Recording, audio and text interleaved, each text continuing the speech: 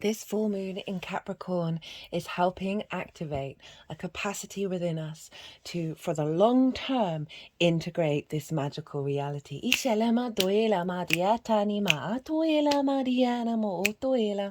Hello and welcome to the All 12 Signs video series for the Capricorn full moon number 2 on the 21st of July 2024. My name's Chloe. I work with card divination, astrology, and I channel multi-dimensional energies through my body. This is going to come out in the form of physical light language, which you're seeing right now with my hands, as well as the vocal light language, which you just heard. All of this brings in healing, attunement, and activation codes to the messages that come through in these readings. So for those of you who know your time of birth and know your natal chart, I really recommend you check out the sign that falls in the first house first. This is called your rising sign, where your ascendant is. I read for the signs as if they're in the first house, so the astrology will link in closest with this, but it never invalidates you looking at any other part of your chart, right? Perhaps where your sun and your moon are, because they always get activated with every lunation. Whatever sign it is that you're tapping into, look to where it falls in your natal chart. Look to the house that it's in and the themes of that house. You want to apply those themes as well as all the meaning you've got going on in that sign to the messages that come through, because it will be as if that sign from your natal chart has now energetically moved to the first house. The astrology for the rising sign will still link in. You just got to add on your natal chart meaning on top of it. As always, take what resonates, leave what doesn't. I am reading for Aries in this video, so let us begin. Aries rising. How you doing, Aries? So I read for the rising signs. So for those of you who do not have Aries in the first house, look to the house that it does fall in. Oh, everything's falling over. Look to the house that it does fall in. Look to the themes of that house. Oh, I do love round things, but they do struggle to stay upright. Isha, look to the themes of the house that Aries falls in. And you want to apply those themes as well as all the meaning you've got going on in the sign of Aries to the messages that come through, because it will be as if that Aries energy has now energetically moved to the first house. So the astrology is still going to link in. You just got to apply all of the meaning from your own chart on top of it. As always, take what resonates, leave what doesn't. So I am going to be breaking down the core themes around this full moon in the sign of Capricorn, number 2, that we've had this Cancer season.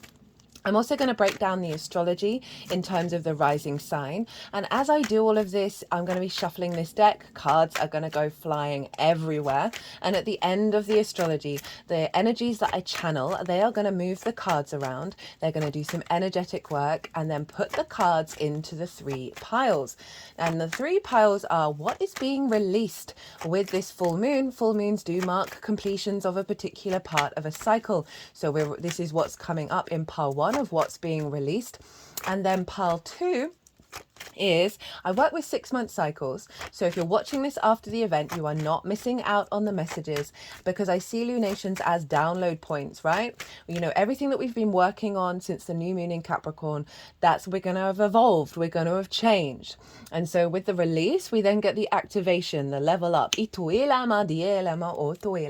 then we work with that frequency until the Capricorn new moon in Capricorn season. So there's a collective reading that I've done.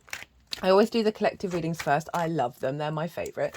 Not that I should have favorites, but it's where I get to break down the astrology in way more detail of how all the celestial bodies are talking to one another at the exact moment of the transit.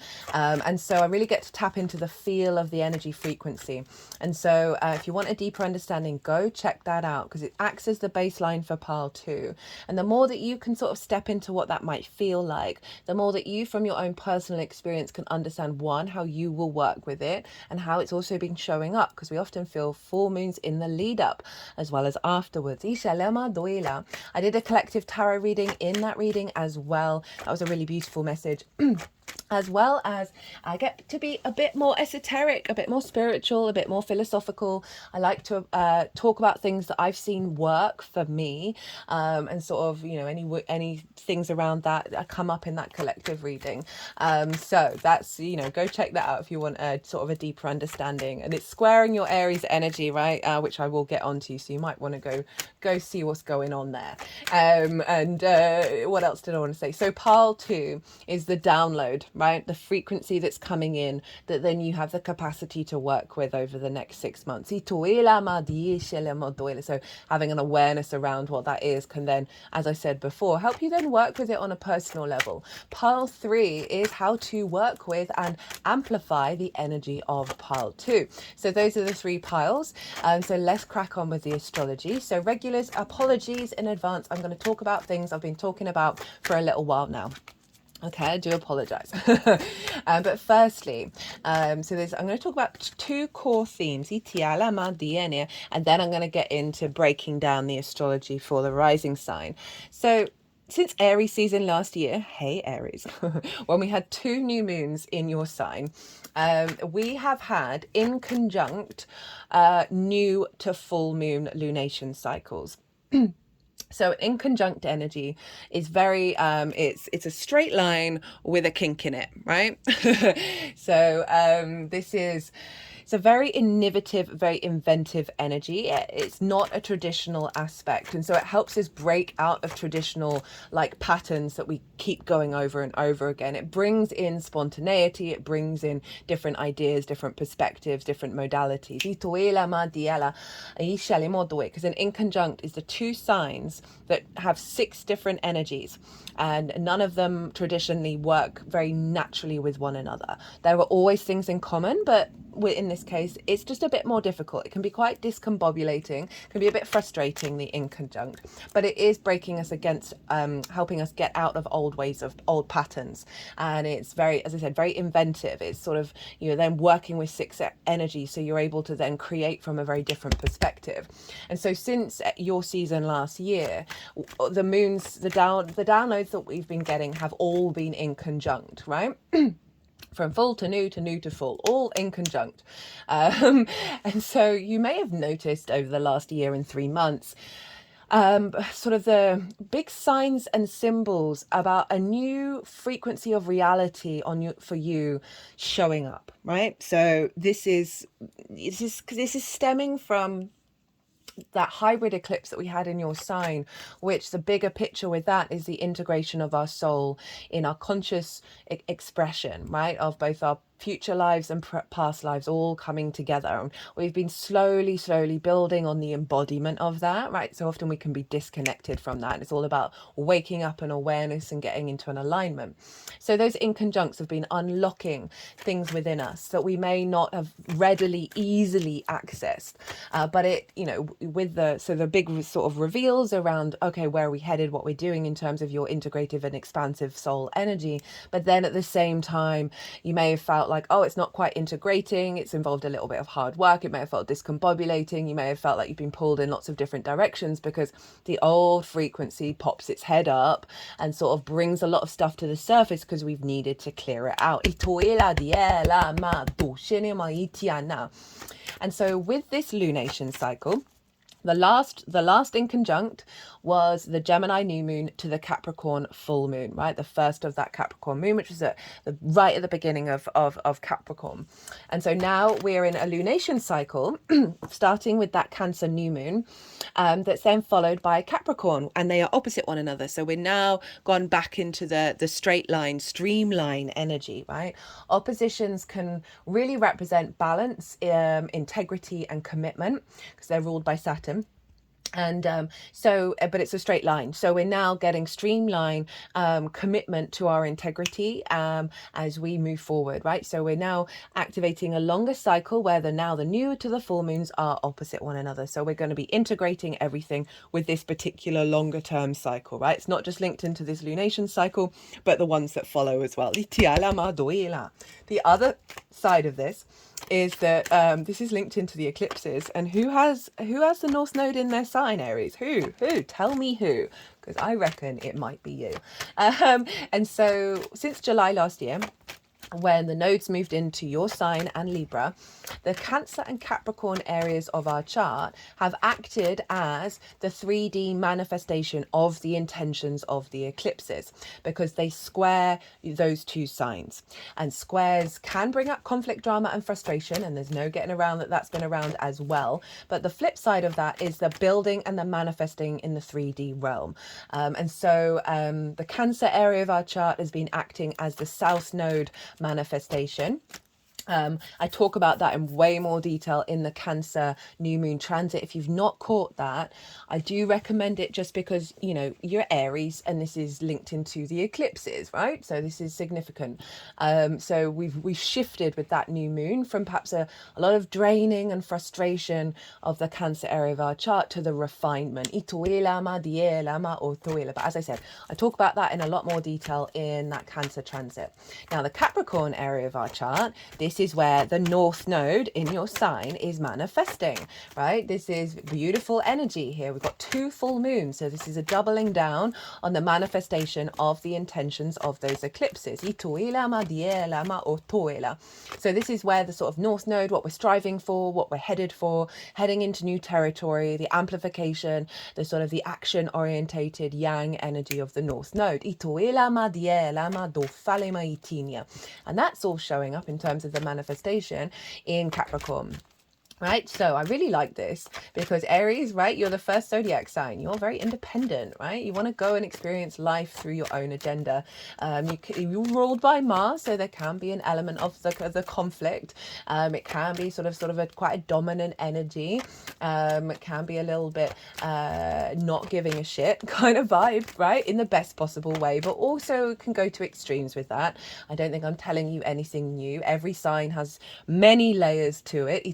But the point of that North Node is for us to be confident and comfortable being our autonomous, unique self, right? And so, as I said, right, that can be a little bit combustible. I love that it's being grounded into the collective earth sign, right? Saturn's a very mature energy. It is about the longer term cycles rather than the immediacy of the now, and the I am of it all, which can go to extremes, right? So, Capricorn is sort of grounding that down, stabilizing that, helping whatever is coming out of those eclipses to serve us in the long term, right? Ruled by Saturn, very mature, very understanding of consequences. Capricorn, the collective earth sign, is linked into like longer term building cycles, longer term plans. And so I really love that independent Aries energy that we're striving for to help us go into new frontiers. Of self. All prepping for the Saturn Neptune transit in Aries. Oh my God, can't wait. I mean, I know a lot of astrologers are going, hey, this is when war's going to really kick off. Maybe, but there's stuff going on other than that. They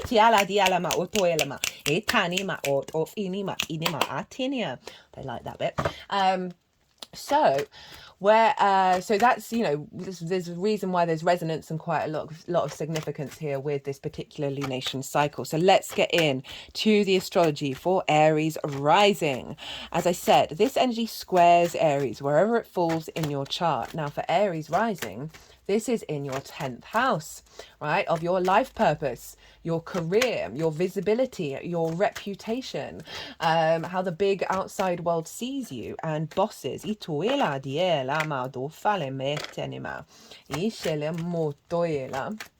So full moons, as I said, they do represent completions of a particular part of a cycle. Now, this can show up in many different ways. I often find with the universe, it's very rarely either or, and it's so often this and that. And so with this, and with that North Node manifestation, we're going to see a lot of the old territory pop up because we're heading into new territory. This cycle that I've just talked about won't happen for another 18 to 19 years when the nodes come back when the North Node comes back into your sign Aries. So it's a bigger, longer term cycle. And so a lot of stuff can come bubbling to the surface to help us figure out, okay, what do we want to take from the old territory, and what do we want to take with us out into the world, right, as we expand. So you may have found, so with this full moon, it can see a release of wounds around that life purpose energy, around visibility and reputation. Career doesn't have to be life purpose, it can facilitate it, right? Around how you work with power, right? Bosses, and that can be your own power as well.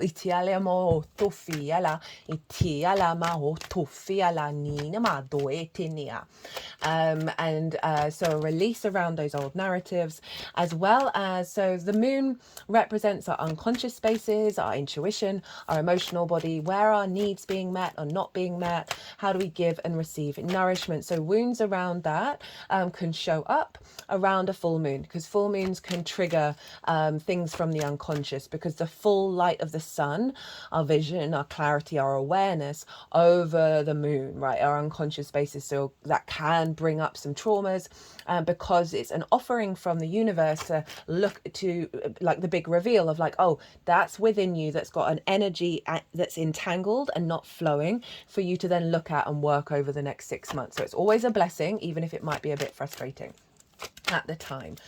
The other side of this is a real sense of visibility around your career and your life purpose, your reputation. You might find your needs are being met, some more validation. You might be getting a lot of nourishment from what you've been working on and applying, one, since July last year, and two, since the new moon in Capricorn. So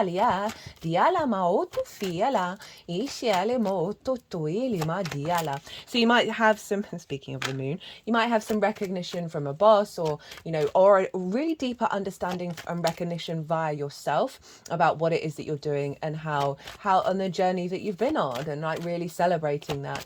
And this could be representing an elevation, a big reveal around this full moon about the next stage.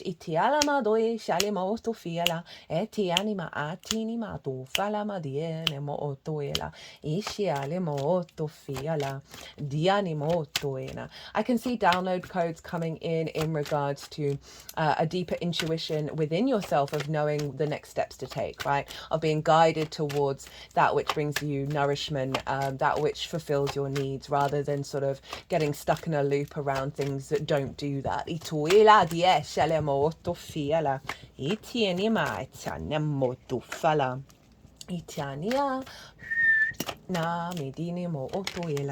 And so this is squaring your ascendant, and your ascendant is how you embody your sun or your moon in your actions and your deeds. It all depends, if you've got a day or a night chart, which luminary is providing wisdom to your ascendant about where to go. Now your ascendant is your navigator. It's the lens in which you move through the cosmic waters. So that's your Aries energy, right? That's the flavor in which what's going on behind the scenes comes out in the world, in your actions and your deeds. It's your body, it's your character, it's your sense of self. And it's also often how other people see you, because they see that embodiment rather than, as I said, what's going on behind the scenes. So squares, talked about that already. It ruled by Mars, can bring conflict, drama and frustration. So I have a feeling if any triggers come up, it's in conflict with you walking your talk and you being seen and visible, right? So there may be difficulties around that get flared up around this moon, because they're getting recalibrated.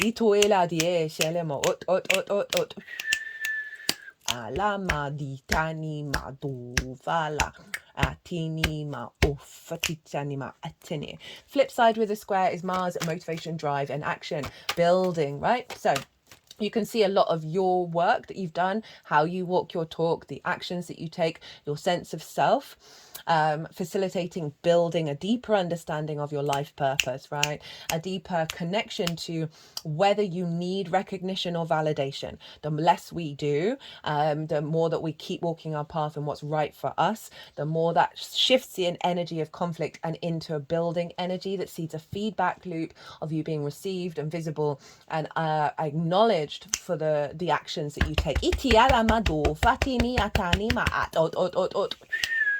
Now,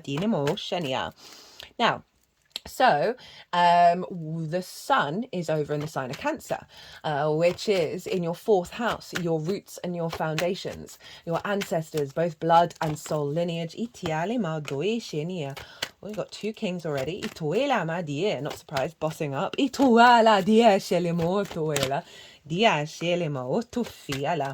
What was I saying? Cancer. So your roots and your foundations, your ancestors, both blood and soul lineage, parental figures, the roof over your head, and your home. Well, home can be anywhere. Home is where the heart is, guys, as well as things you do in private. So you've had a lot of Cancer transit. So I would recommend going and checking out that Cancer new moon, because that'll give you a deeper understanding of what's just happened in regards to what's been going on in your foundational space. And I talk about that in more detail. But the sun is our vision, our clarity, our animation, our purpose, right? It shines a spotlight wherever it is. So we've got more focus in that area of our life. So that's in your home, right? Your roots. What nourishment are you giving? Oh, I've just sort of remembered that the reading for you for the cat, that was a good one for the Cancer new moon. Just remembered it. The vision that you're having, perhaps you're getting like real illumination at home about what's going on in the 10th, right? And what's important to you. Also spending perhaps more time at home, that's then balancing the womb home life, the home work life. Might not be the case for those of you who work from home, who may be busy getting on there.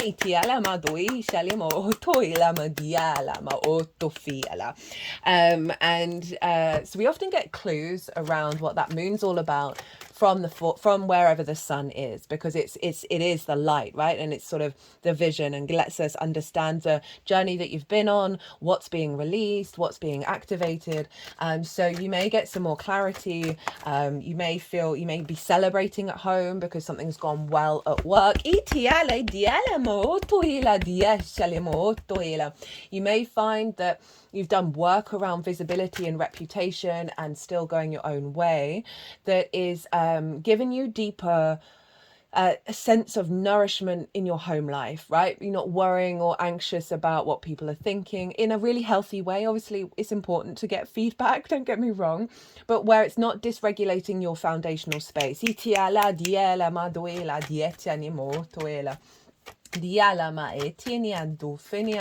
Right. So, hello, Saturn.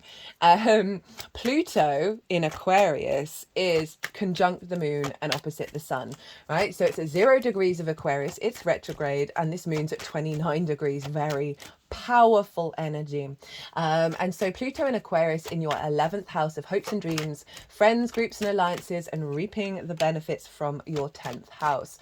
And so overall, for me, one of the core things that Pluto's doing for us on a personal level in the sign of Aquarius, right? Whereas I felt like it got us in contact with the bigger cycles of the planet in Capricorn, right? The mycelium network, the parasympathetic nervous system, breath work, yoga, its journey through there really brought a lot of that into the collective, as you know, as well as toppled the what's the word?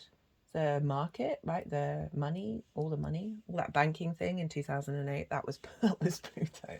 Shouldn't laugh, but you know, this is life.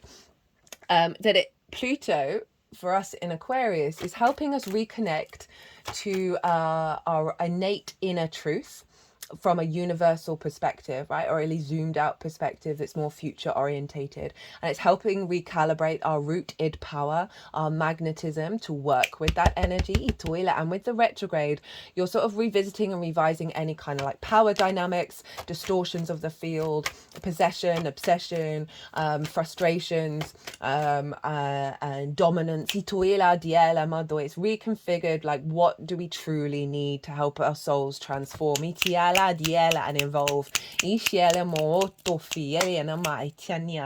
Now I really love this combination. Firstly, it's in your, did I say what house is in? I think I did. Let's talk about those themes of recalibrating your frequency and your power to magnetize towards you, the capacity to build your hopes and your dreams, to connect to groups in a way that's very authentic, but also sort of allowing expansion and connection with others while remaining in your power. reconfiguring your idea of what you need to reap from your 10th house, as well as magnetizing situations towards you that are facilitating your alignment with that universal truth, right? That you are loved, that you are valued, right? There's no getting around it. You are source. Don't forget it.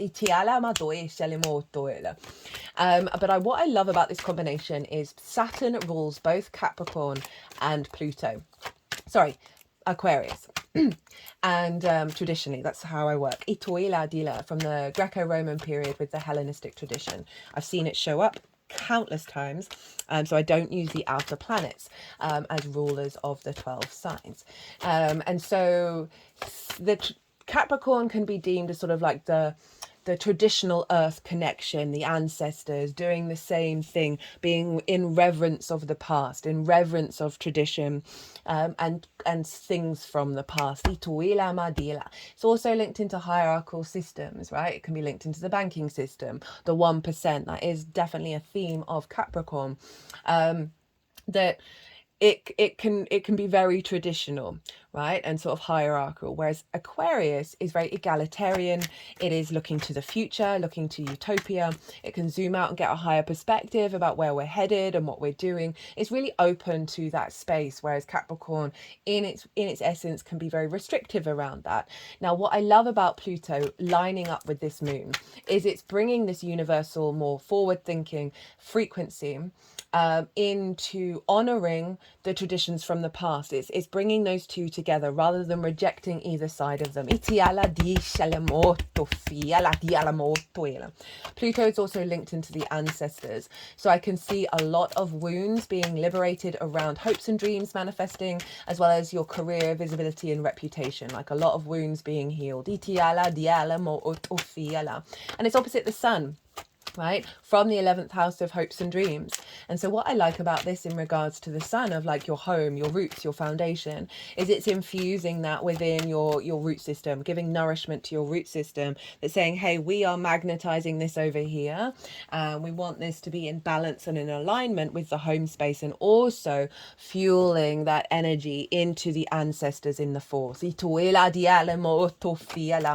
can see this as wounds around your parental figures, where you might not have felt that on a fundamental level, you may have forgotten all about this. There may have just been something that you've learned or experienced from your early years. There's a lot of trauma in the fourth, can't avoid it. Doesn't matter what our parental figures do, they in one way or another, they mess us up. That may have limited your capacity to expand in terms of how you perceive your visibility and are able to manifest your hopes and your dreams. I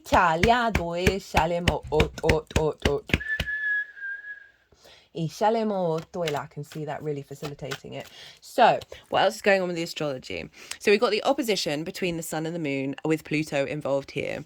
And then we've got Uranus and Neptune forming what's called a cradle. So we have a sextile, sextile, sextile forming the shape.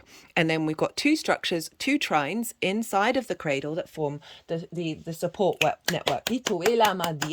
Now, these are all very harmonious aspects, the sextile and the trine. They're ruled by Venus and Jupiter, respectively. So let's begin on creating this cradle, that we're being birthed out of. So Neptune, is at 29 degrees also in the sign of Pisces. Woo! It's retrograde at the moment. And the overall theme that I've seen with this is Neptune has the capacity to dissolve things. It also, when it's retrograde, it helps pull back the illusions and the delusions. And what I feel with this very, very strongly is it's pulling back the illusion that we do not live in a magical reality. That it's all rational. I mean, magic is rational. We just don't have the rationale yet. It's all science, really. As well as being magic. That this Neptune is really pulling back that veil of what stopped us from genuinely believing in miracles, genuinely believing that we are co-creating with source. Speaking of Pisces, genuinely believing in synchronicities and that we have the capacity to alter our reality. I'll just give one little example of this. I have a friend who was having quite an in-depth conversation with another friend, I wasn't there, about the second series of Loki, or whatever the latest series is, which I keep meaning to watch, that then went on their phone. They really want a dog, and then they went on their phone and they'd had a message from a dog owner saying, do you want this dog? And the dog was called Loki. And it's like, that's what's gonna get amplified.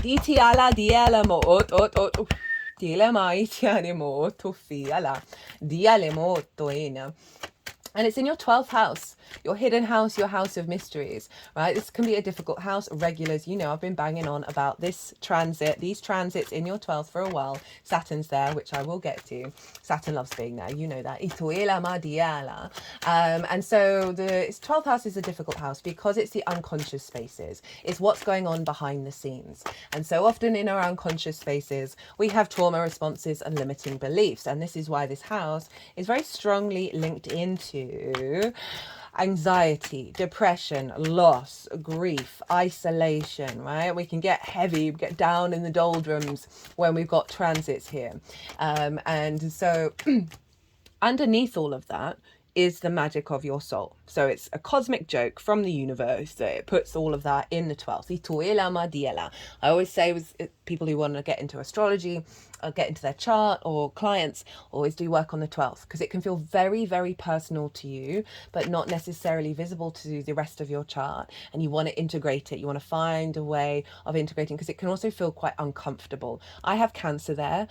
My emotions are very, very private, and they're very loud, and they also make me really uncomfortable. And I also find that my intuition, I'm not consciously aware of it, even though it's one of the biggest parts of my power. Like, you know, I see this thing, and don't want to just talk about myself, but just to give an example, I question my intuition all the time. And then when I do these readings and I feel called intuitively to talk about certain things, and then they show up in the astrology, they show up in the cards, they show up in the clarifiers, and I'm just like, okay, I've got to learn to have some faith in that. I've learned to be more vulnerable about my emotional responses with others, which I'd usually keep it really hidden. And I've noticed a huge difference in the rest of my chart all coming together. And so I really do recommend it. And so you've got Pisces there. So this is, you know, you've got that very synchronistic, non-linear, non-rational, magical energy over in Pisces, very empathetic, right? Very fluid in nature. And it's hidden, it's behind the scenes. And so this is something you know very deeply within yourself, but you're perhaps not letting that access the rest of your chart. And you've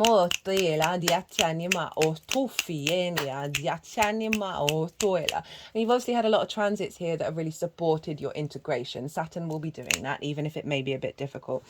That Neptunian energy is dissolving some limiting beliefs and some trauma responses around your life purpose and your career, right? And your visibility and your reputation. I've certainly noticed in the lead up to this moon and with other people, like, you know, when you have like an earworm in your head, or you sort of ruminate over something again and again and again, you're frustrated with it, and then all of a sudden, or you're feeling like things aren't fair, you're feeling like perhaps your co-workers, your boss isn't being very integral, and it's just winding you up and you're just losing your mind over it, that Neptune is basically coming along and dissolving a lot of that. So you may have noticed some shifts in the lead up to this full moon, where you just wake up, or all of a sudden the energy shifted within you, where you're no longer bothered by it, right? You can still think about it, but the emotional resonance isn't the same, right? Like the illusion's pulled down, right? So you're like, why am I still thinking about this? I fundamentally don't care, even though you do care, but you actually don't. You want to get on with other things that are more important, and it just falls away, and you're like, oh, okay, cool. I'm not really bothered anymore. I'm just going to go and do me. That's what Neptune's up to. So in regards to like the career, I can see Neptune pulling away some things from that have been illusions, right? Have been distortions of your field. I can also see the pulling away of the illusion of your inaccessibility to the magic of your soul, right? Your inability to connect to it and see it and really believe it. You know, I said at the beginning of the video, this is our capacity to believe in miracles, right? Pisces can be so damn fluky that you're like, what is going on? I mean, it's not surprising considering like the Piscean year, right? You don't know about the precession of the equinox, right? The age of Aquarius. But before that, we were the age of Pisces, the two fishes. You think about the symbol for Jesus, and in a lot of traditions, they have the symbol of the fish. And he made water into wine, rocks into bread, or whatever it was. You know, there's that element of like, ta-da, that we can experience, but we don't necessarily embody on an emotional level and believe and have faith and trust in. This is what's going on with this moon. And so it's doing that for you on the 12th, and it's sextiling the moon over in the 10th, and sextile is Venus's energy. So connection, harmony, love, value, appreciation, creativity, you know, the sense of grace and ease. So you basically got Neptune brainstorming over in your 12th that's influencing your intuition of where you're being guided in terms of your life purpose. A deep appreciation of what you may have been going through in those unconscious spaces and how it may have affected your 10th house. And really making some love and kindness come in with that. As well as I said, harmonizing that magic into your life purpose. It's trine the sun over in your 4th. So trines are an aspect of Jupiter. Jupiter wants to bring, and therefore the trine wants to bring things together in order to expand and elevate and bring a deeper sense of wisdom, of faith and knowing. And with that knowing comes confidence that brings flow, abundance and opportunity. So a very free flowing energy between these two water signs of Neptune to the sun, right?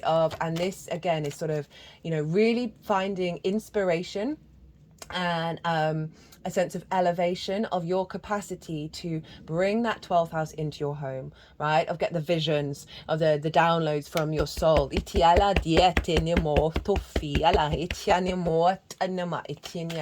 Also in terms of the love languages that we learn from our early years, right? That then we recreate in all of our relationship dynamics.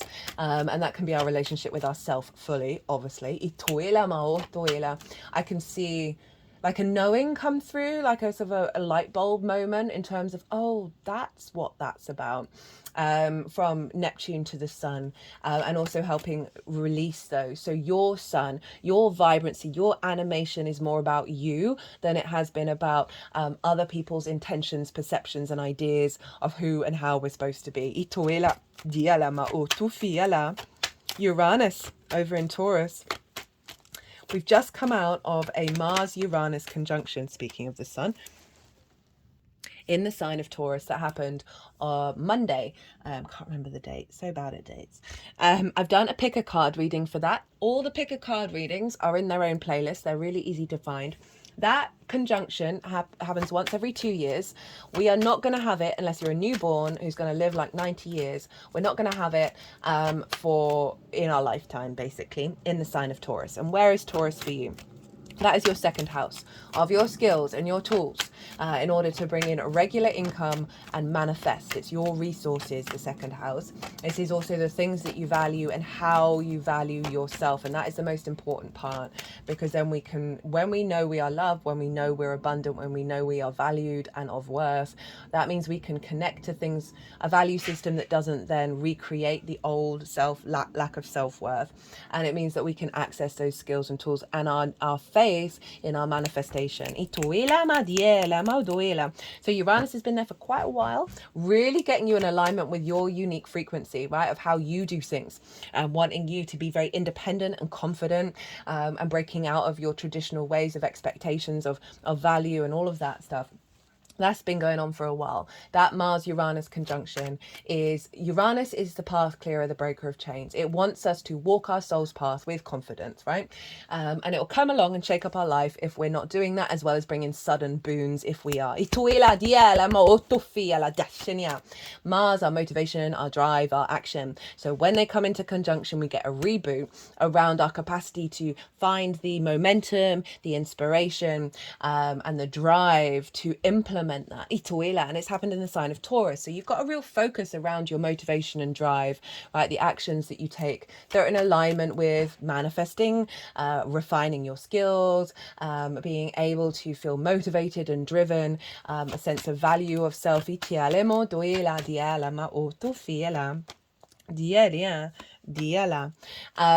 so Uranus is still there. So this very independent frequency that's kind of trying to clear your path so you can really stand in your power. And so this is trining the moon. So we have the two workhouses, two earth workhouses. So we've got a lot of inspiration. You may have sudden ideas, sudden situations that shift your, maybe bringing in more income, right? So there might be a sudden pay rise. I really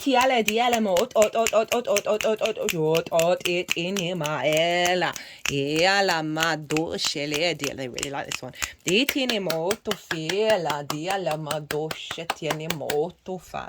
Sudden inspiration about how to elevate your skills and your tools. Just a light bulb moment of all of a sudden, like, I'm worth every damn penny I ever get. I'm worth everything. I'm the best, right? Kind of energy. Obviously, always laugh at yourself as well as believe that. Right, and this is trining that moon. So this is bringing in an elevation of wisdom around your path, that in terms of how you can put that into practice, that then elevates your understanding of where you're headed. But also I can see this as a lot of really, the visibility around your needs and your nourishment being met in terms of how the bigger outside world perceives you, of really honoring and appreciating and liking the independent way that you do things. Dialama ot ot ot ot ot ot ot ot ot ot ot ot ot. Ishenia dialima hita 3 kings. Ituela madishenia. Unless the King of Wands has come out and I didn't notice it. A lot of the time I'm just staring upwards, closed eyes. What else with that one? Now that seems to sort of cover it a fair amount. Ichiela diela moto fiela. Oh, okay, something else just came through of like a sudden job change where you're now more appreciated. It's not going to be for everyone. As always, take what resonates, leave what doesn't. Is sextiling the sun, right? Uranus is. And so, again, that Venusian energy, creativity, love, appreciation, with your sun in the home and Uranus in. So there's a real sense of... again, going back to the visions at home, right? Around what this is trying to birth out, right? So you've got a sense of getting creative in the home life and getting inspired, right? You might find yourself just wanting to really work on your skills and your tools. You may want to do some manifestation rituals. You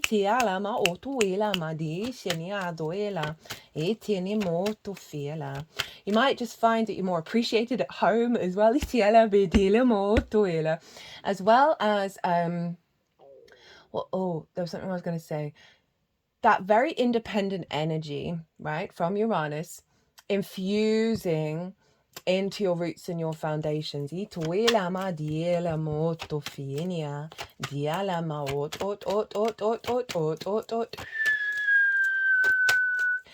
just a lot of visions, really. So that's the major astrology. There's lots of other big stuff going on, which I talk about in the collective reading. I'm going to mention 2 things, but I'm not going to talk about it in any detail. Mars has moved into Gemini at the time of this moon. So 0 degrees, trining Pluto at 0 degrees. So Gemini for you, 3rd house of day-to-day communication, the meaning that you find in the day-to-day. So you got a shift here. It's also still very closely conjunct Uranus. So there's something about implementing this on the day-to-day basis.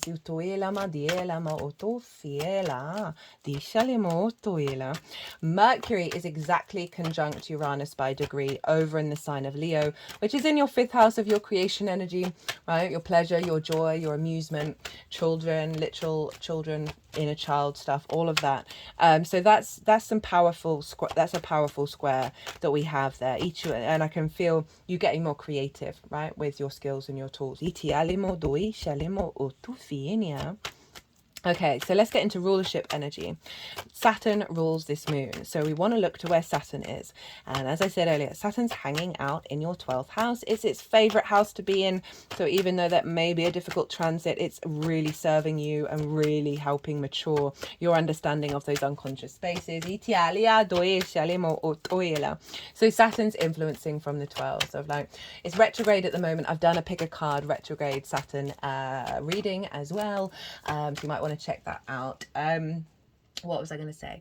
Yeah, so Saturn retrograde is about internalizing and reconfiguring our integrity, our authority, our commitment to our legacy, right? We're really cultivating that internally with this retrograde, right? We're going back over old territory. You may find yourself going back and forth over certain wounds or difficulties in the unconscious spaces, as well as what you've learned of how you've connected to the magic of your soul and had the commitment to be able to do that.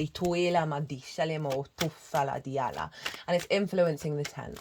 So it's a similar vibe to what's going on with Neptune, right? Saturn's making the magic of Pisces concrete. There's no getting around it. There's an element of, with this feeding into your 10th, of a level of maturity that you're gaining from the 12s, right? Rather than being distorted by difficult energies, there's a level of like, I've got this, I understand cause and effect, I understand why I may have gone through limitations, I'm not shaming any of it, and now I'm seeing, how to act because of it. As I said, Saturn's making that magic of your soul a reality, and it's influencing, again, as I said, any distortions around the 10th, as well as amplifying your capacity to bring that into your 3D reality. Now, Pisces traditionally is ruled by Jupiter, so we want to go and look to where Jupiter is, and Jupiter's in the sign of Gemini, which, as I said, was in your 3rd house of communication. I cannot, and I know I'm recommending a lot of videos, but I always do because it's all interlinked. I cannot recommend enough the Gemini transits that have just happened. So there's a few. There's a new moon in Gemini, which was obviously the new moon that led up to the Capricorn full moon last time.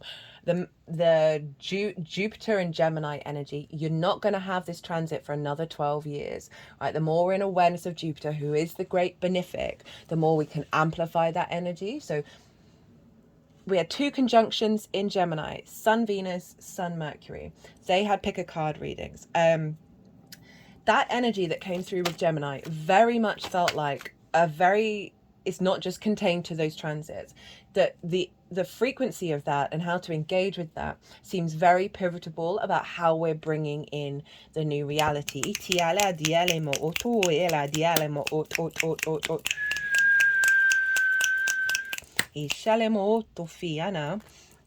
So Jupiter in your 3rd of your day-to-day, the meaning that you find in the day-to-day basis, right? Your local community, the places that you go on a day-to-day, the things that you do, the lens in which you communicate through. So that's that very playful, curious Gemini energy. It is your environmental frequency, short distance trips, and learning things for the first time. So Jupiter is influencing Saturn, of expanding, bringing elevation, bringing deeper wisdom, a deeper resonance, of exploring the way that you communicate, exploring and expanding the faith that you have of meaning in the day-to-day. I obviously talk about the themes of that in way more detail in the Jupiter transit. It's influencing Saturn, of saying, okay, right, I'm feeling good on the 3D basis, right? Really wanting to bring wisdom into the way that you communicate. Bringing that very playful, curious energy of Gemini into Saturn in the 12th, of like, okay, I'm expanding here. Let's make sure that we've got the day-to-day in alignment as well. Let's release some wounds around that, as well as, I'm expanding in the way that I communicate. Can we get a little bit of that magic? Then I'm clicking around the throat chakra.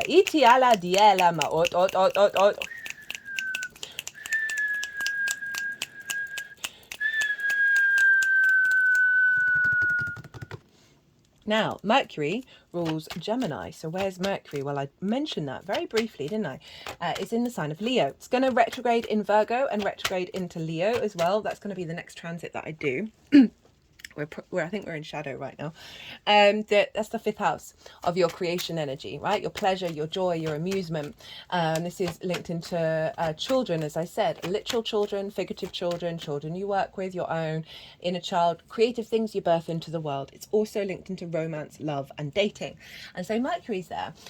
So you're probably more collecting more information, more interested in all of those themes. You want to have fun, you want to communicate fun, and this is like you're feeling very joyous, feeling very open-hearted and very playful. Leo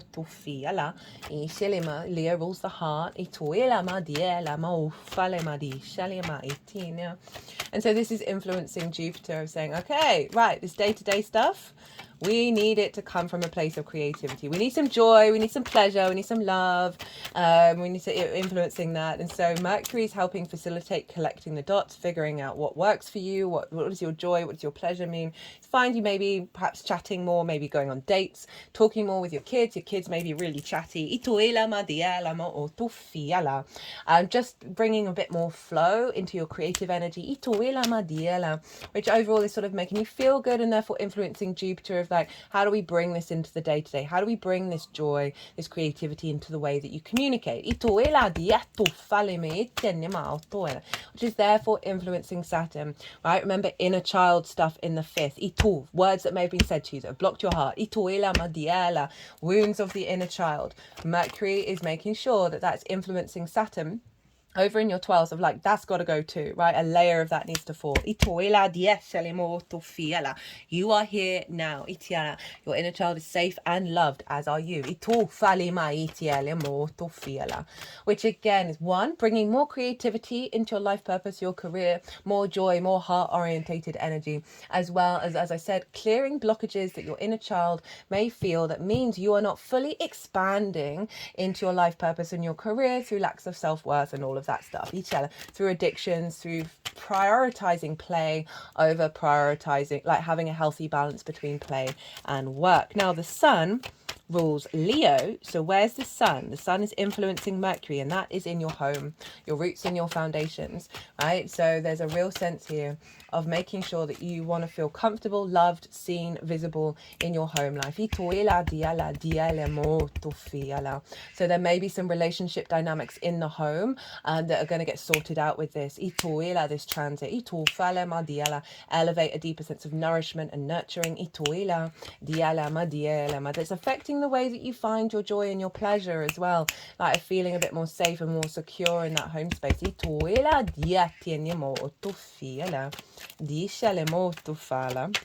So,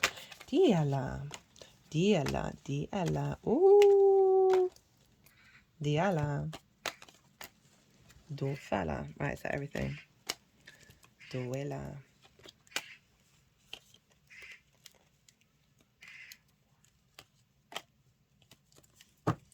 Okay, so look to where your sun and your moon are. Sorry, whenever they're cutting the deck and doing weird things, my brain shuts off. Look to where your sun and your moon are in your natal chart. Look to the houses that they're in and the themes of those houses. Those themes are likely to have played a role in the lead up to this moon, as well as play a role following it, because they always get activated. And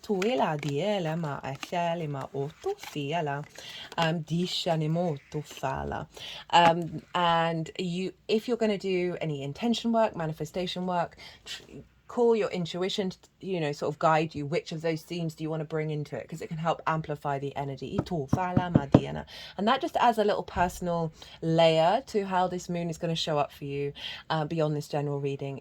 There's obviously layers and layers and layers and layers and layers. So you can deep dive of like who rules your sun and moon, and whoever rules your sun and moon. And you then basically link up the whole chart. Right, I'm going to go consciously quiet. I'm going to soften my mind. Look at you with a third of the deck. And the energies that I work with, they're going to move all these cards around. They're going to do some energy work, put them into the 3 piles. And that's when I'm going to bring in the tarot to the astrology. So I'm going to soften my mind. I call you to do the same. You just had loads of information. Don't try and overthink it. Let it all settle and then see what intuitive hits come up for you. In regards to how this moon is showing up for you. Again,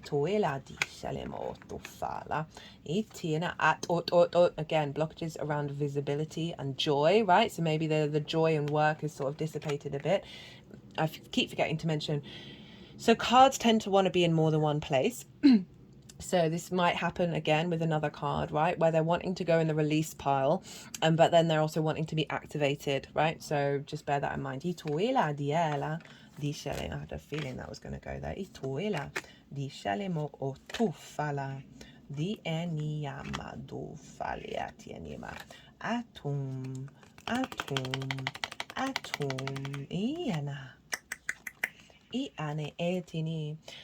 Perhaps some blockages around being able to celebrate the hard work that you put in. Okay,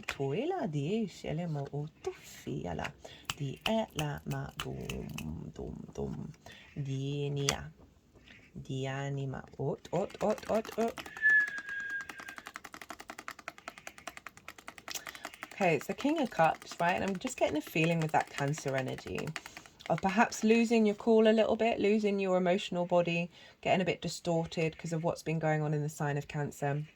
Not being able to be fully in emotional control, and that's sort of dysregulating your actions. Di sale molto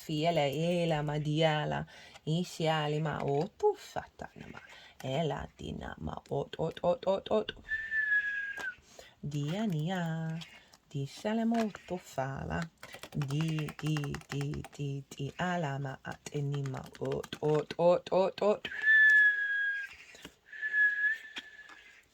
Diana dum isilima diania diala oenia dialiana diala Fania di Shelema ot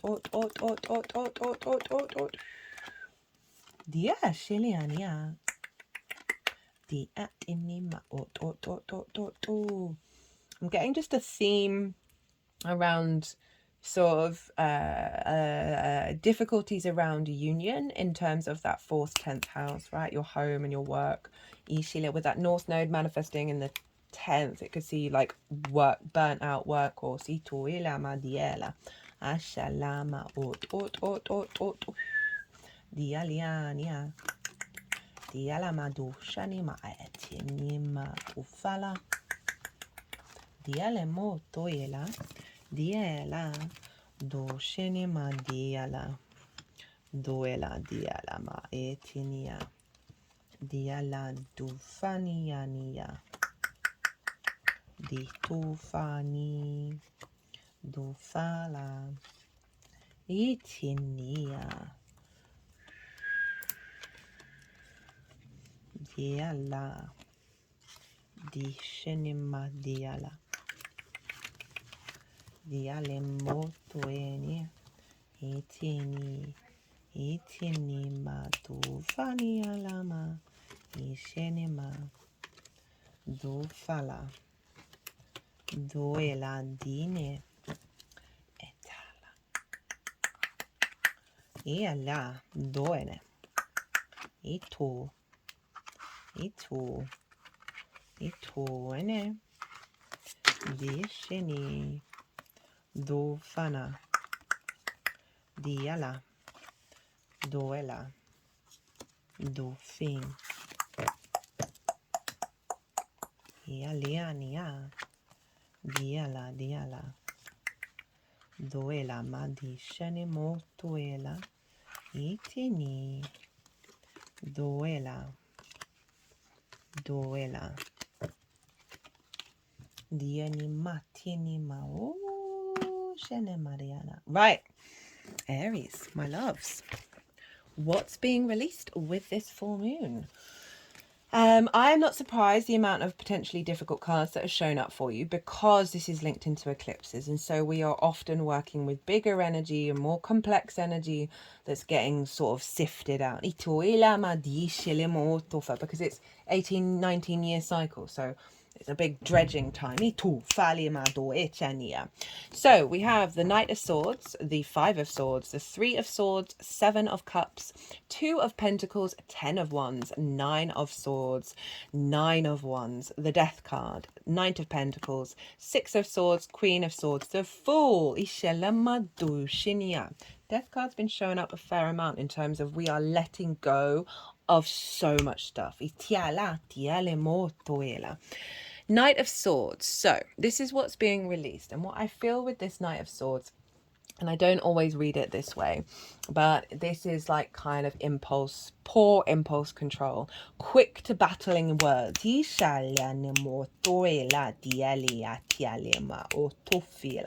if you just look at the knight's face, right, it's really kind of like, I'm going to F you up, right? Kind of energy, right? This could be there's a part of the frequency where you have an idea, of words popped into your head, and you're instantly like taking action on it that hasn't been necessarily serving you, right? So this can be a construct from your early years that see your behavior mechanisms and your output act in certain ways. It's an element of self-sabotage with this, because this isn't about allowing pause before responding. We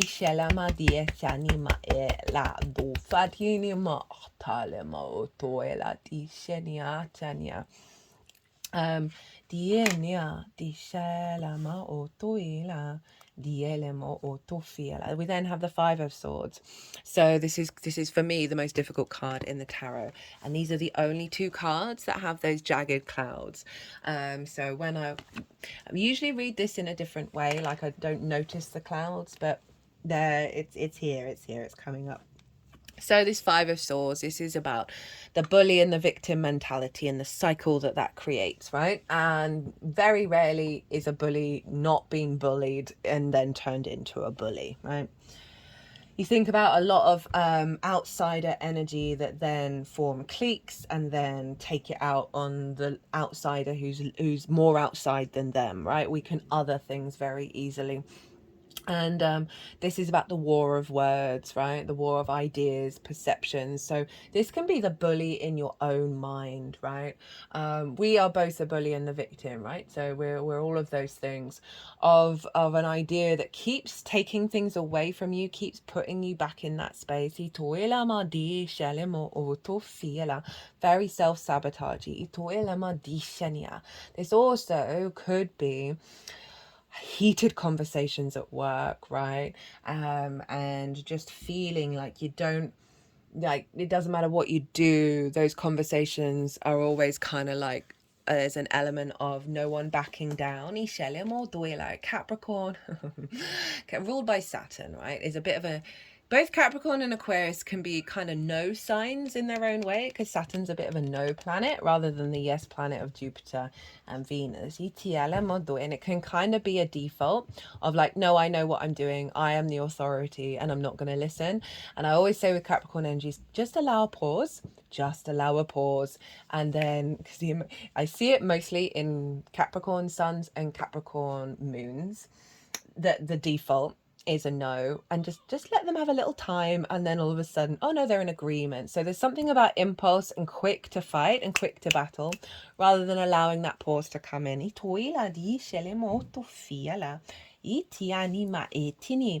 this can just feel like there's an energy out there that is sabotaging you. And that might be a perception or a reality, but whatever it is, it's had a hold.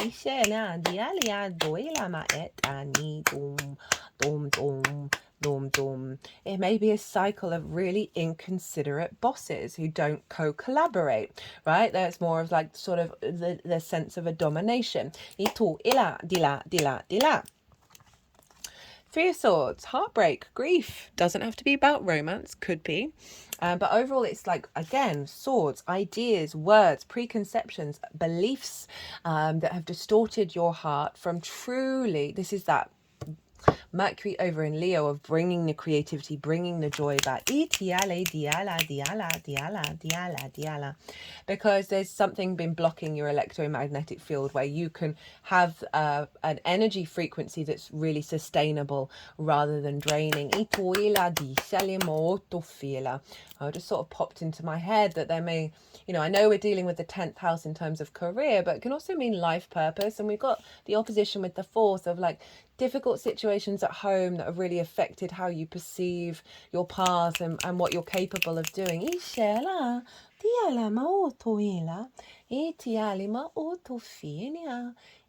Again, sort of childhood wounds.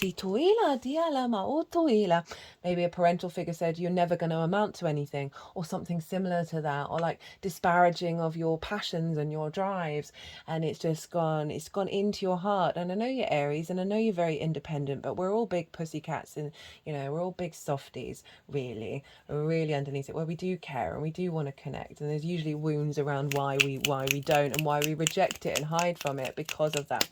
Okay, I'm expanding on certain things that I wouldn't normally talk about, but there we go. 7 of Cups, right? So this is an element of indecision, right? Of being able to commit in your or emotional body to the past, right? Feeling quite overwhelmed, right? This can be a lot of things on your plate.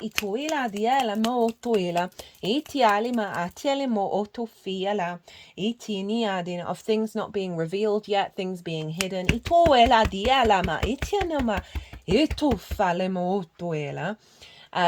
is also my channeling card, right? So for some of you, this might be releasing of an activation around your channeling. We're all channelers, by the way. We're all intuitives. We just do it in our own very unique ways. This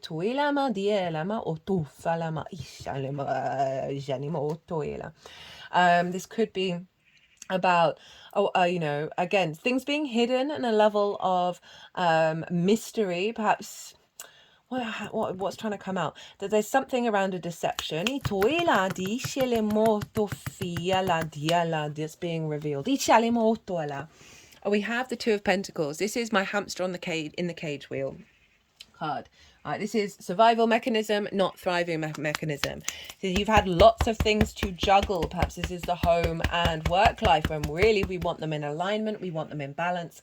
As I said, full moons can realize where we're out of balance. So you've been working through a cycle of like, okay, I'm doing this and I'm doing that, I'm capable of doing those things, but there's a limited time frame before I get burnt out.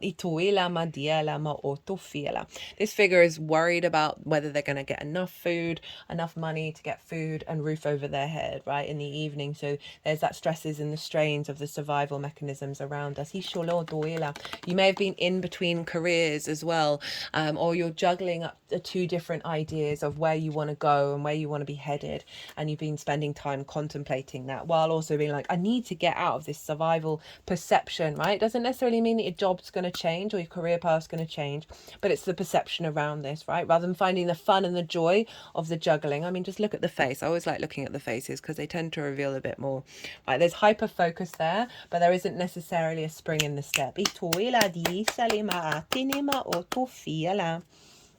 10 of Wands. Ooh, what a card to represent the 10th of what's being released. Again, this is kind of saying what I was talking about perspective, right? So this figure is doing all the things. It's got a heavy burden, right? There's a weight here. There's a sense of responsibility and duty, and keep on going. There's nothing wrong with having lots to do. It's our perspective and our energy levels when we connect to it, right? This figure is hunched over. They cannot even see that it's a beautiful day. And so again, this is all about perspective and mindset around or the themes of the 10th house. So that really does tie into a lot of the other astrology of what's being released, right? The veil that you are all by yourself, all alone, and it will never end is coming off, because we have the home, right? You're nearly there. So it's an awareness of that safety, that security, that support.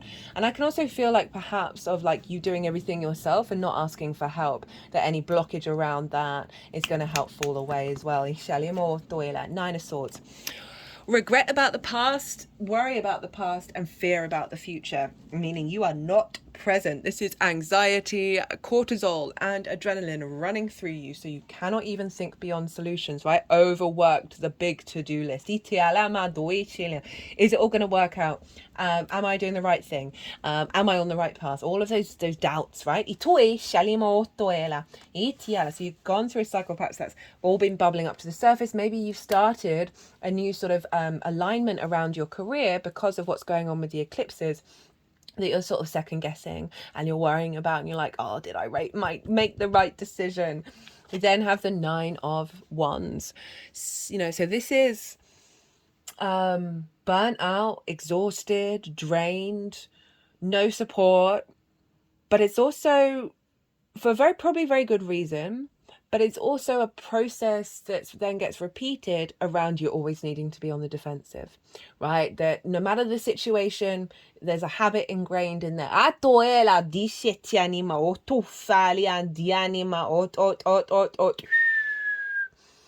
That then you start embodying that, you start recreating, start seeing, oh, they're coming for me, everyone's coming for me, oh, I haven't got the support, and you're still standing, but it's exhausting, right? It's exhausting. So that's being released. And then we got the Death card, doubly confirming, oh, this does happen to be the release pile. And the Death card, as I said, been showing up a fair amount, because this is, as I said, we're letting go of things that have had an authority over us that no longer serve us, right? We're not in shame or regret about any of it. We understand the cycles of time and the bigger picture. And this is a releasing energy, a purging energy of that you're then very protected as we move into the new frequency. So this is an awareness, okay, of, oh, I definitely need to let go of all of this, right? And we all have all of it. We have the whole tarot deck within us at all times, just FYI.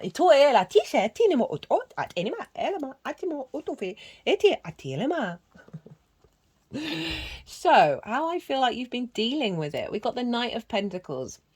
So the Knight of Pentacles is like, right, I need to practically keep doing this, shifting this frequency every day, right? This can be see you very calmly, practically knowing, okay, I'm going to get there.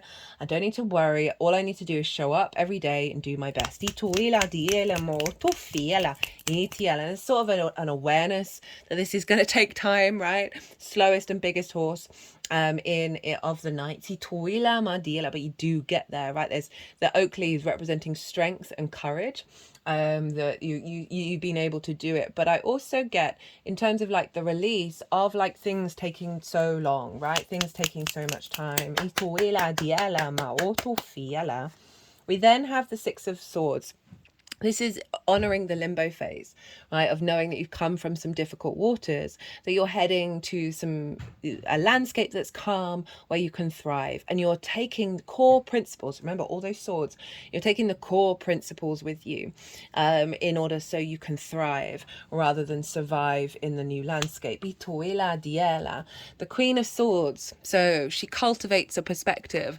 She has a bird on her crown chakra. So this is very high frequency of cultivation, right? Queens bring depth, nuance to something. They really observe, and they bring what did I want to say? Cultivation and nurturing to the sword, the mind, right? So it's clear there's a lot of mental stuff that's perhaps been getting in the way.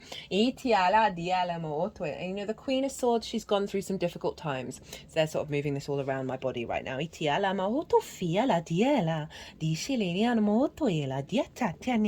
Now at the crown chakra, and now to the heart.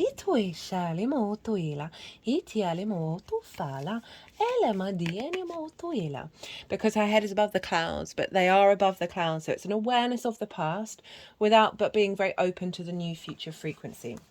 And then the Fool. Right, embarking on a new journey. This can be a new career, but also a new perspective of how you engage with your life purpose. The Fool is very heart orientated, right? Its chest is really far forward, so it's leading from the heart, right? Rather than those Three of Swords being stuck in there. And it's about to leap off a cliff. It believes in the magical reality. So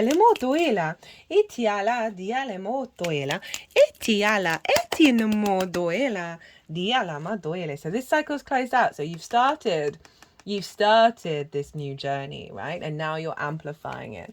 So what activation codes are coming in?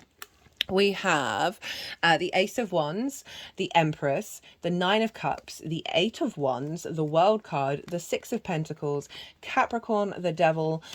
We have the Two of Cups, the Sun, and the King of Pentacles. So we have this Ace of Wands. This is a renewal of your lifeblood, right? Your Aries energy, your spark of spirit, your passion, your drive, your motivation, your creativity when it comes to working with your life purpose, working with your career, right? This is a renewal of energy, of vigor coming in. You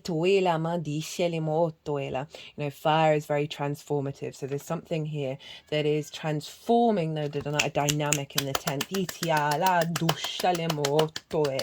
There may be some opportunities around you and your embodiment of self in regards to your life purpose. The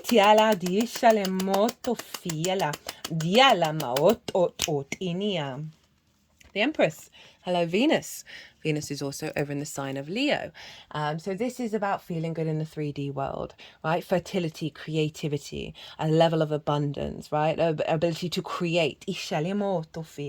Love that energy showing up for you with this 10th house frequency, right? Rather than the burnt out, left by yourself, doing all the responsibility, there's a level of joy and love that's coming in with this renewal and the capacity to create rather than be restricted and drained, right? This is also Venus. Venus is over in Leo, in her favorite place to be, in the 5th house. And she's bringing in your creation energy, your pleasure and your joy into this.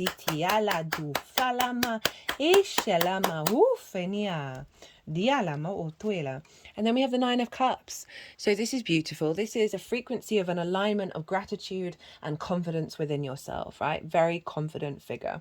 And so this is the inner emotional alignment. For some of you, this is a wish fulfillment card. I'm always wary of saying that, but there may be an element of a wish coming true.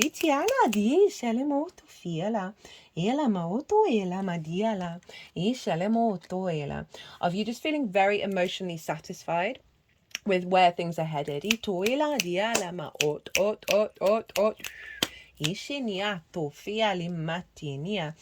of Wands, alignment, right? One of the fastest moving cards in the deck, right? This is about everything headed in the right direction. You might not necessarily know where that is, where they're going to land, but there's an overall sense of your inner fire being in alignment, your inner instincts being in alignment through the actions that you take, and overall an alignment. This can often be sort of bigger things. It's not quite the Wheel of Fortune, but it can be things external to you that are coming into an alignment that are going to support this frequency.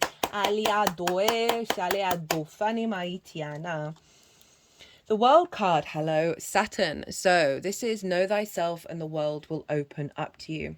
So overall, like just general with the world, there's an element of completion and in terms of a mastery, but it's also the world. And so this is how the outside world sees you. And it's Saturn, so there's a level of integrity and maturity and legacy. There may be more opportunities that take you out and about in the world. There may be just more resonance from the outside world in terms of how you're received. And there's a level of completion of an old cycle and activation of a level of completion in terms of I am seen as who I am and I am loved and I am respected.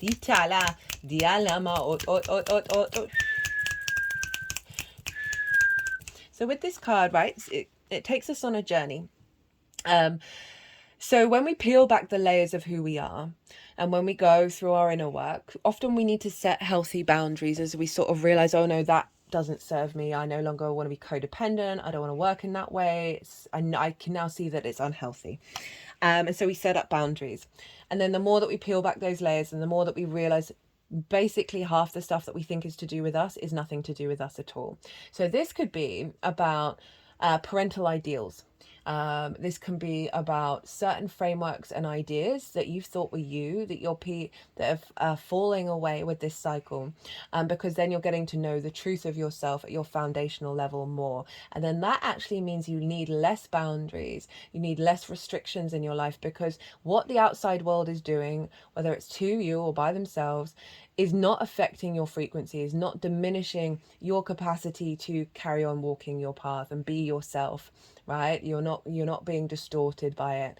And so then you need less boundaries and you clear up space for you to then co-create with the universe. Ituela diela ma otofiela. But overall sense of confidence, a sense of maturity, a sense of your legacy energy being integrated here. And again, I feel like that's peeling back what I was telling about Saturn and Neptune in the 12th, of those distortions around you seeing yourself, valuing self, knowing yourself, and therefore any like threads of that have blocked your visibility and your reputation, how you're seen from the outside world, all of that conflict, right? That's being a layer of that's being pulled back. Six of Pentacles. So this is going from sort of a scarcity space to a rebalance, right? So it's going from the Five of Pentacles of feeling left out in the cold, not feeling like you've got the resources, not feeling very supported, to something coming through that's bringing that into balance. This may be a pay rise. This may be acknowledgement and recognition. Right, this may be a situation that shows up that's to do with the next stage of your soul path.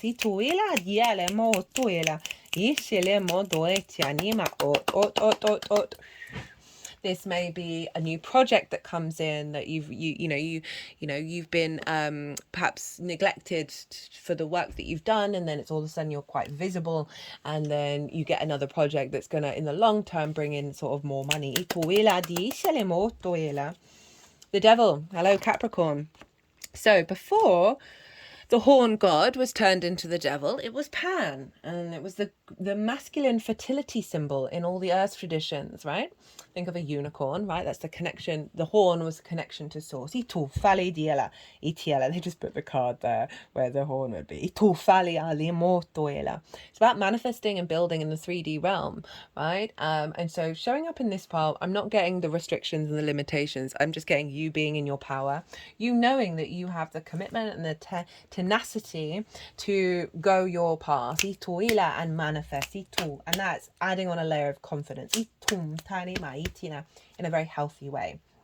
We then have the Two of Cups, right? So this is a sense of, as I said earlier, with the Lovers card as well, a union, a holistic union between home and work. There's respect, honor, and dignity here, right? They are eye to eye, they are equal. And so they're coming together with love. They're coming together with flow, right? And they respect one another. This can be internally masculine, feminine spirit, you being in alignment with your life path, with work on an emotional level, you falling in love with that all again, and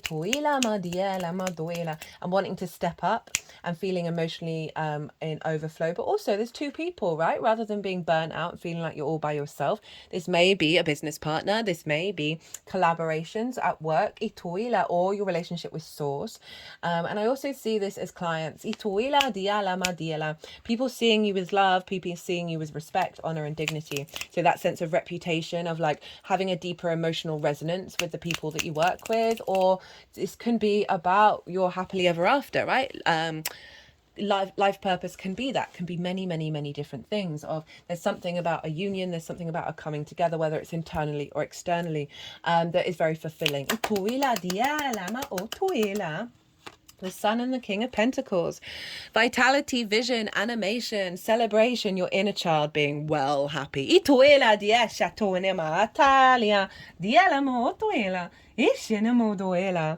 Again, visibility, reputation. So the 10th house is where the sun is at the peak of its arc on the day that you were born. So I love that the sun's shown up here, of a new framework around how you connect to your life purpose, right, and how you're seen, how you're visible, finding more joy in your existence and finding more joy as you walk the path.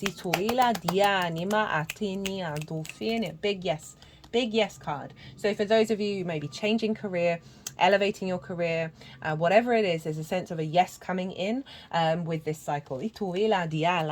King of Pentacles, love this, for Capricorn full moon in your 10th, right? This is boss energy, right? Your capacity to build from a space of abundance into more abundance. So an awareness of the abundance of the universe, of the infinite abundance, that there is no scarcity, and you have the capacity to create from that, right? All of these grapes represent the harvest. It's a very opulent card. This figure, the kings, they are sovereign in their nature.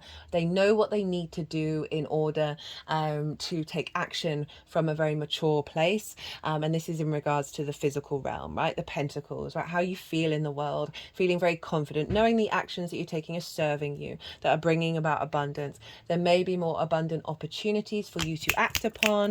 This could be a boss that's all of a sudden, not all of a sudden, but maybe a new boss or a boss's shifted frequency around, you know, giving you a pay rise, giving you a bonus, taking action in that way. But overall, this is your energy that's crowning this frequency of like, if you think about it, this figure's kind of at home as well. So there's a real sense of what's going on in this 10th house, and the realignment and the balancing with the home space is a feedback loop of abundance. So we had the Ace of Pentacles with the King of Cups wanting to be on top of it. This is a renewal in your way of operating in terms of your 10th house. Right, I love this card. It has the flowers from the Magician, and then we've got a mountain, which represents a higher perspective, and a portal, right? So there's an element of working from a higher perspective of creating in the into the 3D.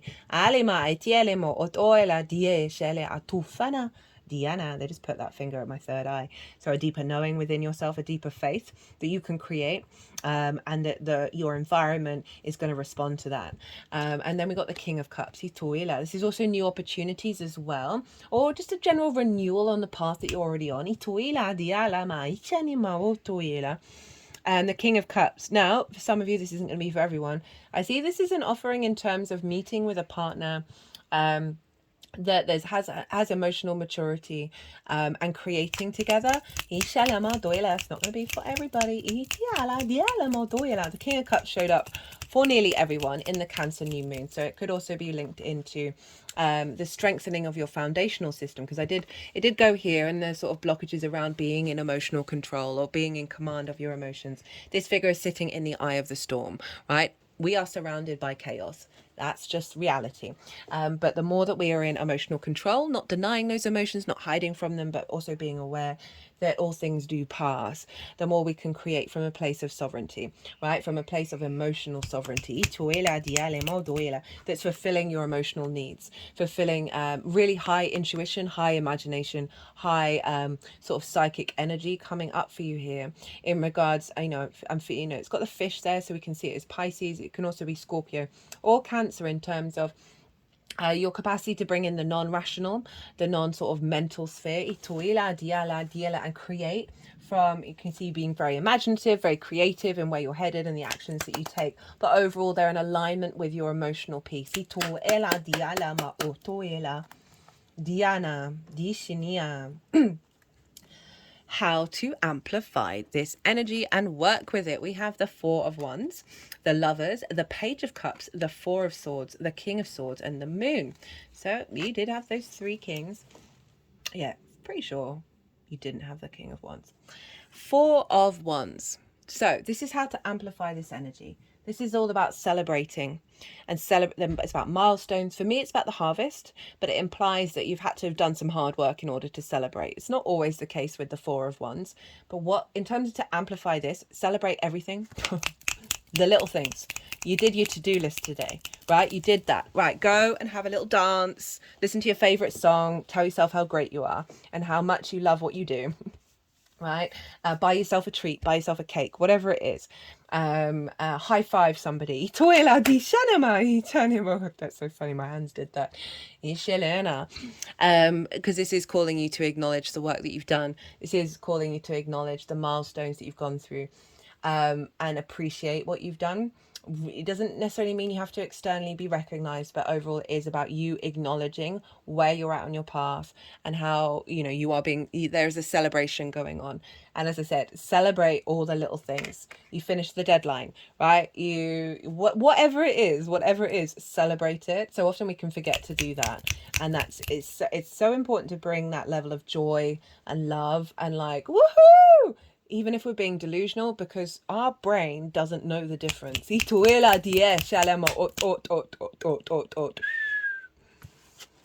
going to talk more about in the Mercury retrograde. The Lovers, fall in love with your 10th house again. This is Gemini. Diishinia is similar to the Two of Cups, the union of the masculine and feminine spirit, but this time it's so they're able to make the right decisions that serve them in the long term. So again, there's calling for there's calling for integration of self, for you to really reflect and understand what moves you to love, right? How can you connect and unionize with that path?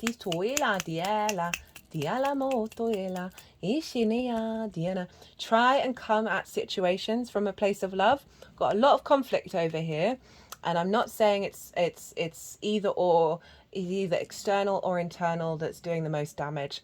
But either way, the less we're in conflict and the more that we're in lovers mode, the more that we're able to, we're not in conflict with our environment, and so our environment doesn't then just recreate that conflict. I'm just thinking of that Nine of Wands, because one of that is because we're so used to being attacked, right? I can say from my own experience, like, I don't know, I was the weird kid that walked along the side of the playground, and I just find myself in group situations, and I haven't done anything, and I try and be as objective as humanly possible, right? That's my Virgo sun.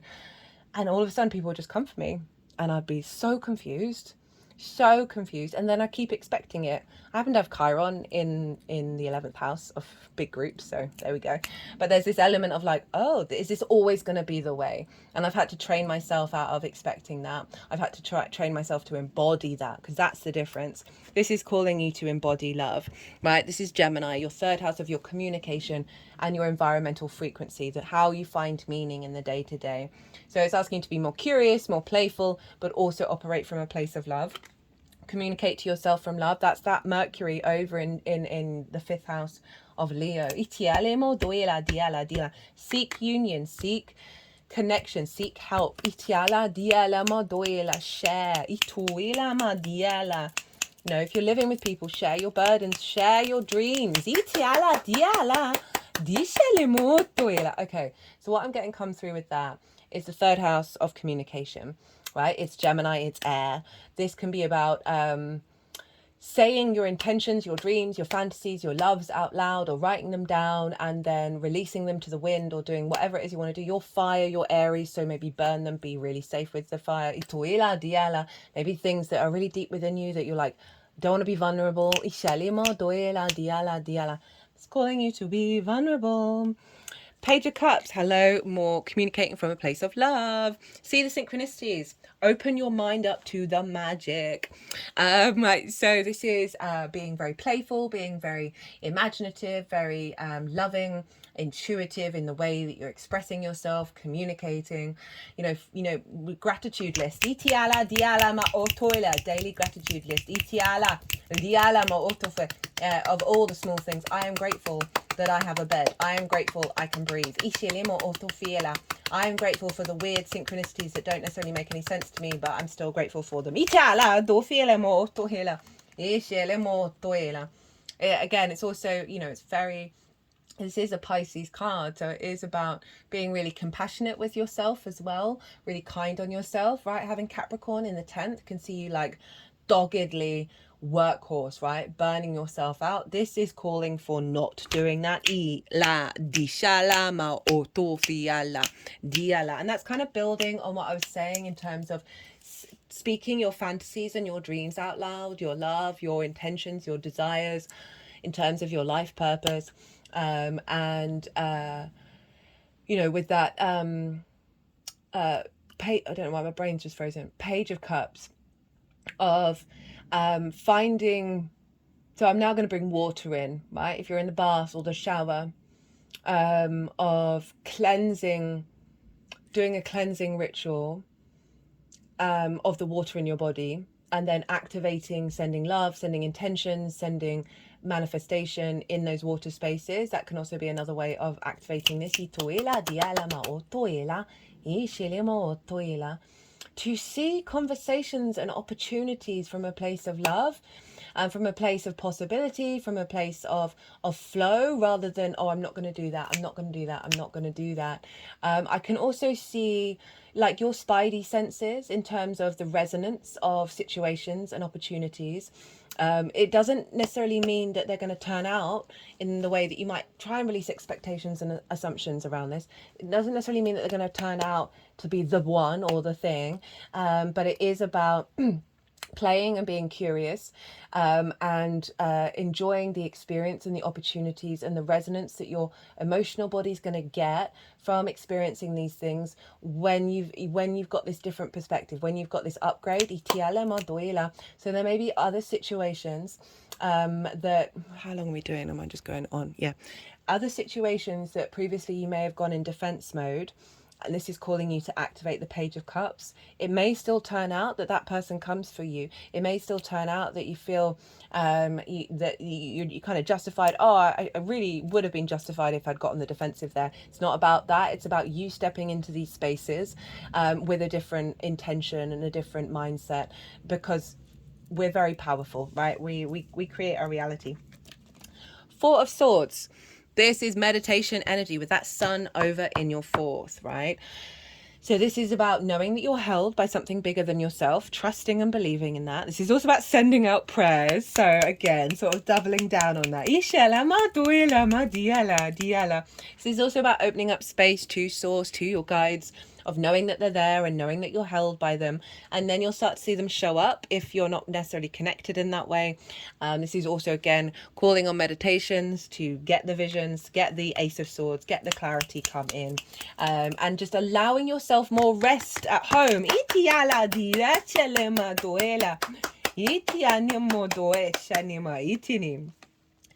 King of Swords, and act on those, right? Have a sense of clarity. There's a sense of clarity and vision that's coming in. Again, you don't necessarily have to know all the details, know how it's going to work. You can also, I mean, I struggle with intention setting and manifestation because I kind of feel that source can trump me and my ideas may be limited. So you could, I mean, whatever's going on with you, you could really just set the intention and the confidence that how you act, right? You've got these three kings. How you act is in alignment with that divine inspiration of the Ace of Swords. You don't necessarily have to know what that is, right? Okay. The moon, Pisces energy. Again, so that's the 12th house. So there may be, again, another element of going inward, observing those unconscious responses, observing the magic of your soul, allowing that stillness, allowing that non-linear energy to sort of flow through you, and see the unseen things with love and kindness in order for them to come out, right? So this card's all about evolution. Like we come out of the water and we go up that mountain. We've got the wolf and the dog, right? So there's a sense of honoring the wild and the tamed nature within yourself. It's also very soft, very sensitive energy. It's very intuitive, very psychic. There's an element of self-care with the moon. But there's something about trusting in the unseen. It can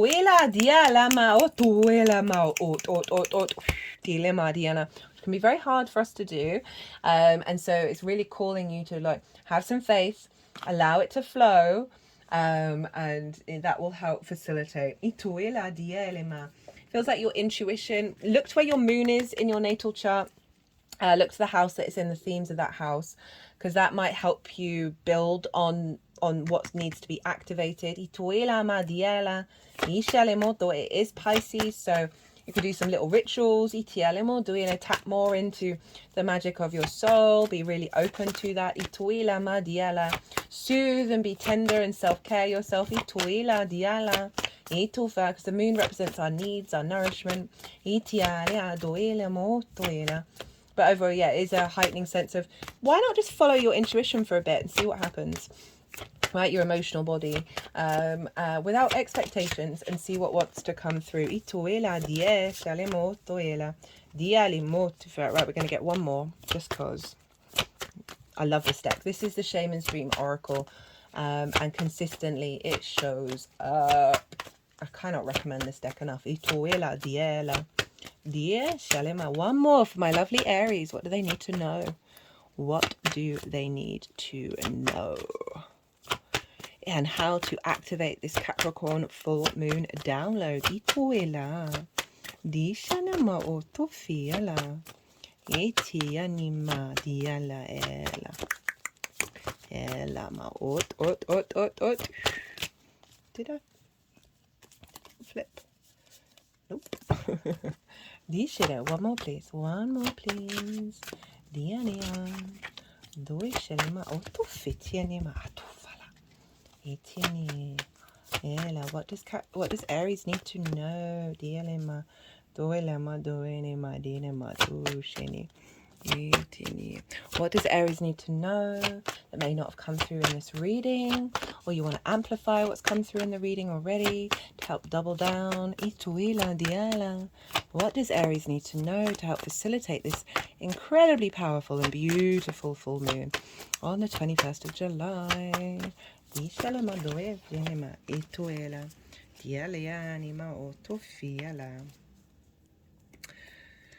Okay, you got three. Let's crack on.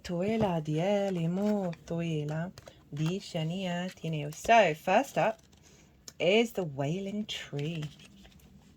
Don't think I've ever had this one so far. Not that I can remember. Grief and mourning, a time of necessary losses, reconciliations. When you encounter the Wailing Tree on your path, it's an invitation to stay a while and regroup. A place for you to rest and allow yourself to say goodbye to what no longer serves. You may have been overdoing things, working too hard, or putting too much effort into life with little reward. If you've been considering making a change, now is the time to do so. One important thing to consider before you make any changes is that you need to allow yourself to feel your disappointment, your loss, and mourn what was and what could not be. This is a way to honor your experience, to give yourself time to consider all the gifts in it, to put proper closure on it, to really know what you've learned as you walk away from it and into something new. Even if in the perception of failure there is much good to be discovered. However, skipping the stages of loss doesn't get you to reconciliation any faster. In fact, you will discover that you will have to come back at some point. So do it all now. Look at it squarely and honestly and stay with your feelings. Life is not either or, it's both and, this and that. So as you dive in and process this, allow it to become a temporary travel companion on your journey. The feelings that this will bring to the surface will be challenging for sure, yet like all things, they will pass soon enough and you'll be more enriched by the experience. So that's wanting to go on the release. So I feel like that's part of what you've been going through. And like, if you haven't quite got through that grief stage of whatever it is that's showing up in your life,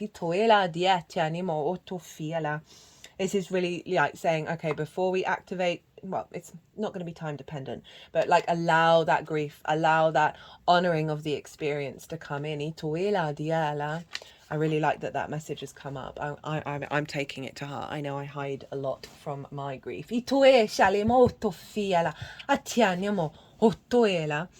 Whale song. Remembering, harmonizing, resonating. Oh, they put this card over the heart and crown, heart and throat chakra areas. As I was saying that might resonate for you as well. Remembering, harmonizing, resonating. There are moments in life when you have a sense of deja vu, that you visited this place, these feelings, this person before, and you know that a new opportunity to dance has come round again. Yet there is a haunting quality to this, a melancholy, as life's mysterious fragility is also underlined. Like a whale song that pleads for its simple notes to be matched by another, you have a short time to capture this essence and let it resonate in a way that is potentially transformative, but only if you don't turn away. Sometimes you may forget the moments of your humanity, your truest desires, because you've become so earthbound and calculating, striving and doing. You're so overstimulated by the chase and what you're exposed to that you forget your heart. Now it's time to jump in the water and play and be reminded of your creative self. This is just summing up everything. Your collaborative impulse to sing along, seek harmony, beauty, purpose, and meaning. At this moment, that is your exact invitation. You will achieve more than the plans you set in motion if you use this opportunity to explore. Be curious and take a much needed break from what your mind thinks it needs to accomplish. Your heart is calling. Answer it. I mean, truly, this deck blows me away. It just tends to summarize absolutely everything. Ah, hollow bone, teachability, humility, being empty so that the wind of spirit can breathe through you. The hollow wing bone of an eagle is a flute for the shamans. The appearance of the hollow bone invites you to become empty of your notions of who you are, to check your ego at the door, and to know that this is not about you. Relinquish your need to be right and to express an opinion. As this will not change anything right now, you are being called to practice humility. Hollow yourself out and hear the wind blow through you and play you like a flute. You will learn the language of the squall and the storm and understand the message in the summer breeze. There is an important communication waiting for you. Humility is the swiftest path for you to become like hollow bone. Drop all notions and titles that bolster your ego. Eliminate the doer and allow things to happen of their own accord. Remember that you can accomplish most anything if you are willing to let someone else take credit for it. Hollow bone has come to caution you to believe only 50% of what others think and only 10% of what you think. Trust your experience, not what you have read in sacred books or holy texts. This will allow you to turn apparent danger into opportunity. Remember that you are an insignificant grain of sand in the grand scheme of life and as important as the brightest sun. So that's that healthy balance, right? Right, of not overstretching ourselves in the career work life and forgetting every other part of ourselves. Again, not, prioritizing, I'm going to do all the things. I'm not going to ask for support. And this is saying like give credit to other people. That may be relevant to some of you of like, it doesn't matter how I'm seen and how I'm visible. And when you release that, that's when the visibility comes in. Right, Aries, I'm going to leave it at that. What a reading. I think you're the longest one. Not surprising. If you enjoyed this reading, if it resonated, or if you just like the tarot and the astrology, it would bring me great joy and obviously help the algorithm if you hit that like button, as well as leave a comment. I would personally love to hear from you. If you want a personal reading, want to perhaps deep dive on this or anything else, my website is in the description box as well as on the community page, and my email address is lurking about in those places as well. I've also got an Instagram account, so you can DM me, leave me a voice note to give context to the reading. I love nuance, as if it wasn't obvious. My Virgo sun really loves to facilitate, so drop me a line. I would love to hear from you. Other than that, Aries, keep wanting to call you Capricorn and Cancer, which is interesting. Aries, be good to yourselves, be good to those around you. Safe travels and be well until we meet again.